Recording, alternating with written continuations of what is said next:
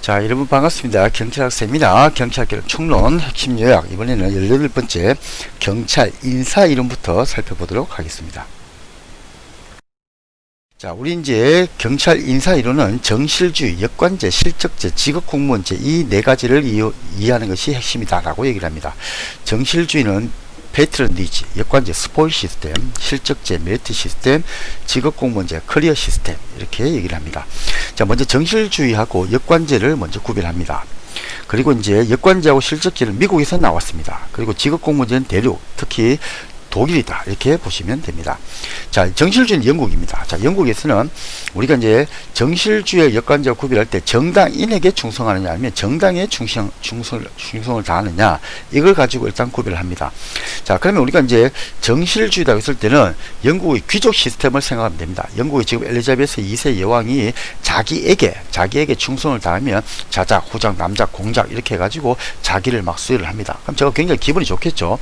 자, 그럼 이렇게 수혈을 할 때에 시험 봐가지고 자기를 받는 게 아니라는 거죠. 그래서 혈연, 지연, 학연이 중심이 된다. 제 개인의 능력이 아니다는 겁니다. 이게. 자, 그래서 이때를 우리는 결국에 사람이기 때문에 정당인에게 충성하는 제도다. 그죠? 패트런니지, 정실주의다라고 얘기를 합니다. 그 혈연, 지연, 학연 강조합니다. 그 당연히 정치 중립이 안 되겠죠. 그죠? 그리고 널리 민중에게 공직을 개방하지 않는다라고 얘기를 합니다. 자, 널리 민중의 공직을 개방한다. 이건 무슨 말이냐면 제가 영국에 있는 뭐 시민이다. 제가 예를 들어 가지고 조그만 사업을 하고 있다. 그럼 제가 평생 가도 그 자기를 못 받습니다. 그죠? 아주 뭐 엘튼 존처럼 세계적인 음악가가 되든지 아주 훌륭한 일을 해야지만이 그 자기를 받습니다. 자, 그래서 결국 이 자기를 받는다는 것은 옛날로 치면 공직이기 때문에 자, 이게 일반 민중에게 공직이 개방이 되어 있습니까? 안 되어 있습니까? 그렇죠. 안 되어 있다라고 얘기를 합니다. 자, 그럼 역관제입니다. 자, 미국은 이제 영국의 영향을 받았습니다. 그래가지고 일단 혈연, 지연, 학연을 강조하는 시스템을 도입을 합니다. 자, 근데 영국은 왕이 없는 제도입니다. 그래서 초대 미국 대통령이 있던 워싱턴 같은 경우에 너무나 훌륭하게 일을 했기 때문에 전부 다 그 당시에 대통령제라는 게 없었습니다. 전 세계에서 미국이 대통령제를 최초로 도입한 국가입니다. 그래서 전부 다 워싱턴이 영국처럼 왕이 될 것으로 생각을 했습니다. 근데 워싱턴이 지금도 추앙을 받는 이유가 왕이 되지 않고 민주주의 국가를 만들었다는 거죠. 대통령제를 만들었다는 거죠. 자, 근데 이 대통령제의 특징이 뭐냐면 지금 미국은 공화당하고 민주당하고 두 개의 당이 완전히 나눠져 있습니다. 그죠? 자, 그럼 어떻게 하냐? 옛날에 이 스폴이라는 말이 전리품이라는 뜻입니다. 그래서 공직을 전리품처럼 생각을 해가지고 전리품은 성자의 것이다 라는 유명한 얘기가 있습니다. 전리품은 성자의 것이다. 그래서 선거는 4년에 한 번씩 있죠. 미국 대통령 선거가. 자, 그래서 예를 들면 이번에 공화당이 이겼다 그러면 공화당 사람으로 모든 공직 전부 다 물갈이가 일어납니다. 즉 순경부터 해가지고 경찰청장까지 전부 다 공화당 사람으로 다 채워진다는 얘기입니다. 그럼 또 이번에 4년이 지나가지고 민주당이 정권을 잡았다. 그럼 이번에 또 경찰 같은 경우에 순경부터 경찰청장까지 전부 다 민주당 사람으로 다 물갈이가 일어나는 겁니다. 자, 이렇게 되니까 결국에 임기 4년제와 연관이 되고 또 민주당이나 공화당에만 충성을 다하면 되겠죠. 그죠? 이게. 그러니까 역시 정치적 중립이 안 될 겁니다. 그래서 그 당시에 매간매직이 엄청 성행합니다. 그래서 우체국장 자리도 제가 만약 정치권에 좀 빽이 있다, 건이 있다, 그러면은 제가 돈을 받고 우체국장 자리도 사고 팔고 막 하는 겁니다. 그러니까 막 난리도 아니었죠. 자, 그럼 이때 이제 정당의 충실이다. 그죠? 이게 또 널리 민중의 공직 개방이다. 이게 무슨 말이냐면, 제가 예를 들면, 저도 공무원 되고 싶은 거죠. 예를 들어가지고 판검사 되고 싶고, 그죠? 제가 뭐 대사로도 나가고 싶고, 우체국장도 되고 싶은 겁니다. 이게. 자, 근데 어떻게 하면 되냐? 가만히 보니까 영국과 다르게 제가 민주당에 충성을 다하는 거예요. 정치연금도 주고, 정치인에게 밥도 사주고, 막 이렇게 하는 겁니다.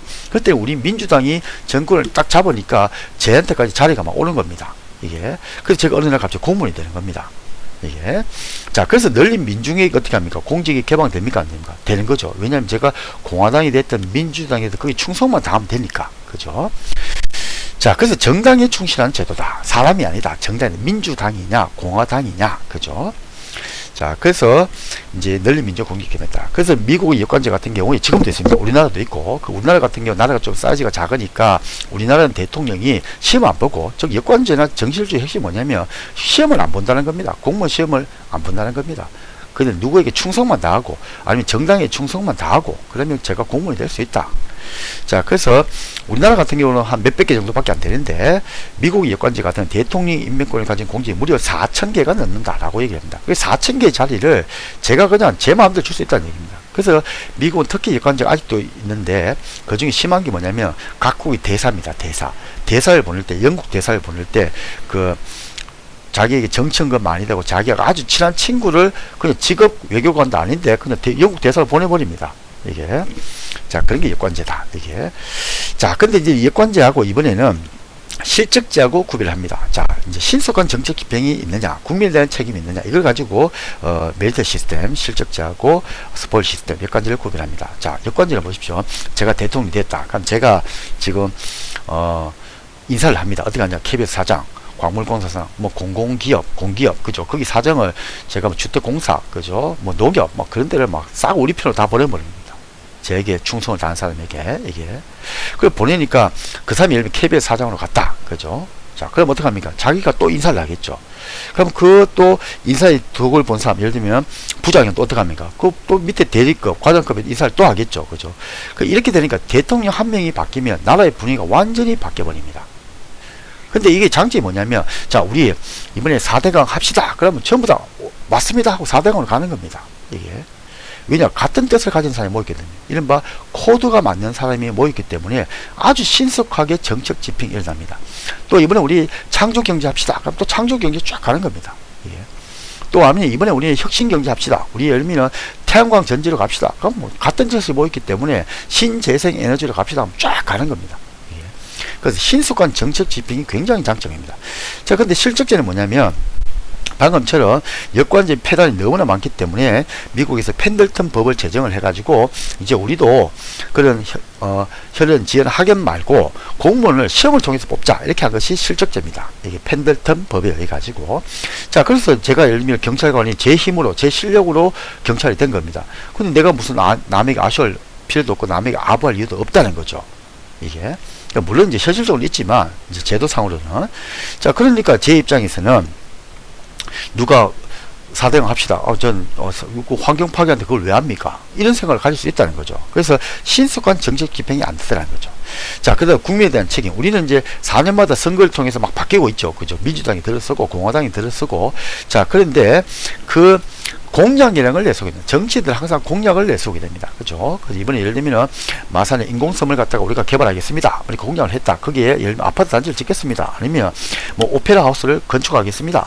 그러면 그걸 지켜야 되는 거죠. 그래서 국민에 대한 책임이 있다. 근데 공무원들 같은 경우는 선거하고 영향이 없으니까, 그죠? 그냥 내가 뭐 국민이 뭐라고 하든 내가 시험 봐서 합격했는데, 내가 시험 봐서 경찰 됐는데, 내가 국민들하고 뭔 상관이 있어? 내 일만 하면 되지.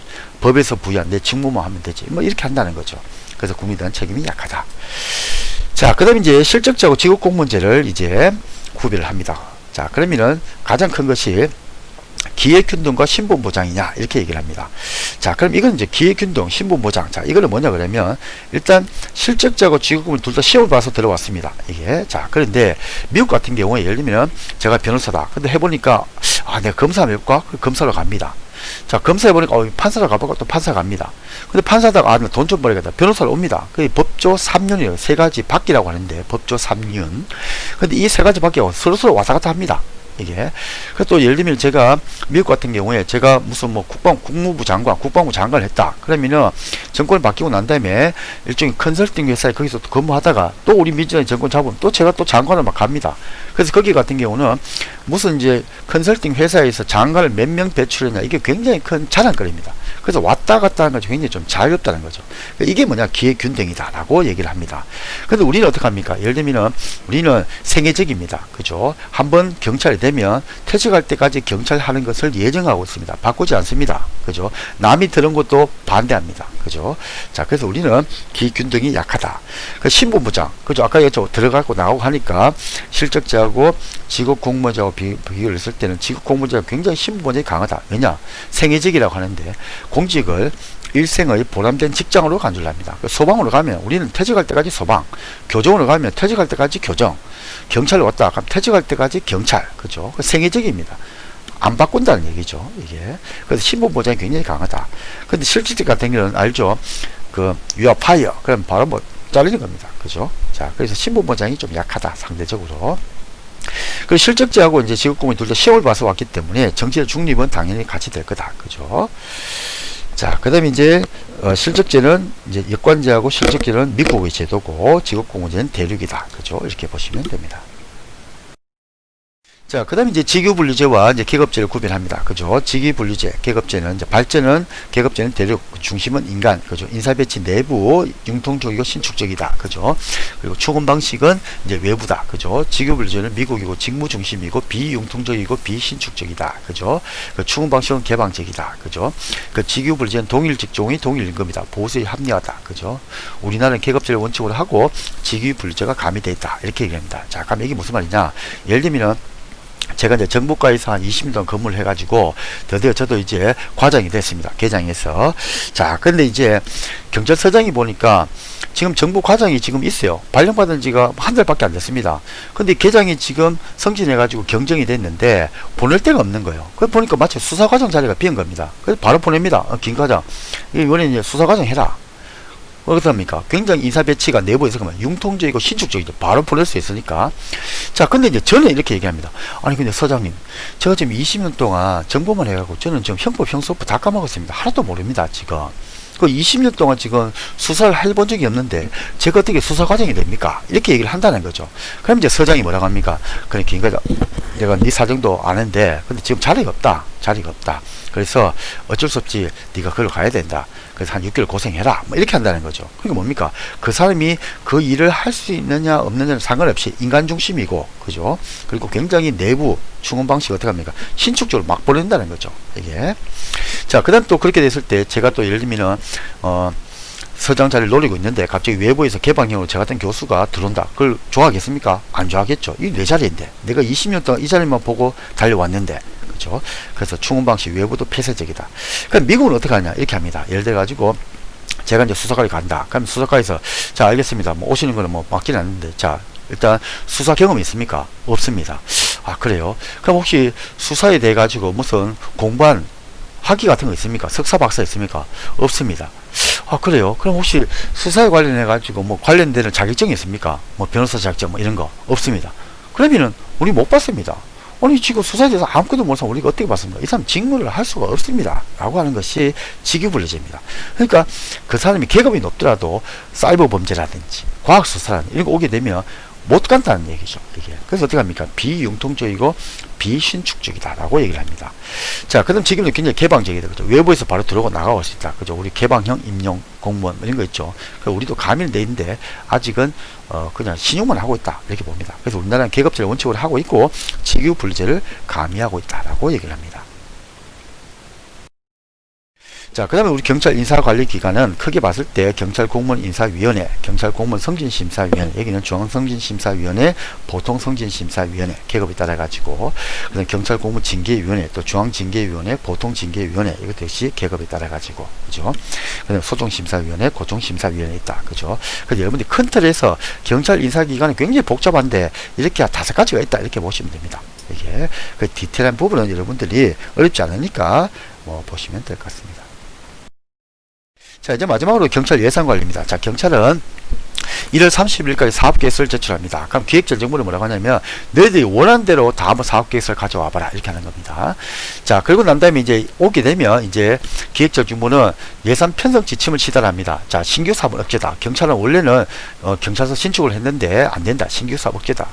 코로나 팬데믹 안 된다. 자, 그러면서 6월 10일까지 예산 요구서 제출을 하게 되고, 그 밑에 경찰청 예산 요구서 작성 5월 31일, 경찰위의 심의 의결 6월 초 해가지고 6월 10일까지 보냅니다. 그럼 기획재정부 이걸 다 받아가지고 정부안을 확정해가지고 국회를 보냅니다. 언제냐?